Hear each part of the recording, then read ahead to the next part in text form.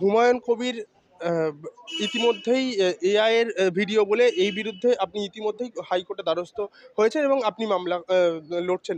এর পরবর্তী সময়ে ভোট কেন্দ্রে যাওয়ার পথে তাকে হামলা করা হলো এবং তাকে মারধর এবং গালিগালাজ পর্যন্ত করা হলো, গাড়ি ভাঙচুর। Let me finish. দেখুন, হুমায়ুন কবির তার অ্যাপয়েন্টেড অ্যাডভোকেট আলী আফজল চাঁদ এবং তার সাথে আমার চুক্তি আছে আমাদের ফার্মে।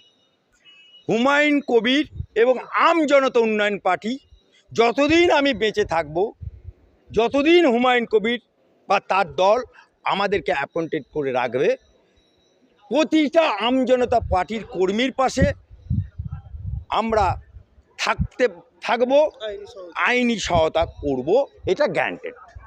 তাই হুমায়ুন কবির বাবরি মসজিদে আমি ছিলাম, 5টা মামলা হয়েছে, 5টাতেই ছিলাম, ওর সিকিউরিটিতেও আমি ছিলাম। এবারে যে ভোটের কয়েকদিন আগে ফেক ভিডিও ছেড়ে এআই করে আইপ্যাক যে ছেড়েছিল সেটাকে নিয়ে আমি মামলা করেছি। গত 22 তারিখে শুনানির ডেট ছিল।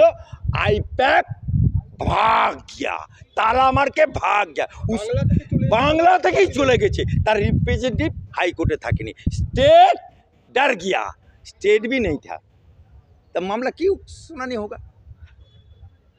दूसरा, काल হুমায়ুন কবির তার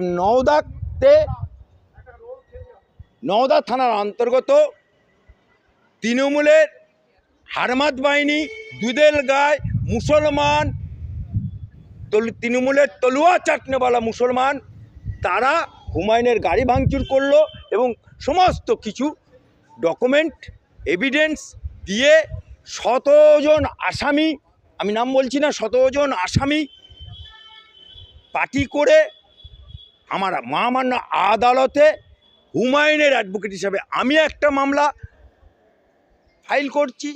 দ্বিতীয় আরেকটা মামলা পোস্টফল ভায়োলেন্স ফাইল হয়েছে। সুতরাং চিফ জাস্টিসের ঘরে দুটো মামলা চলবে। जो मंजूर खुदा वही होगा।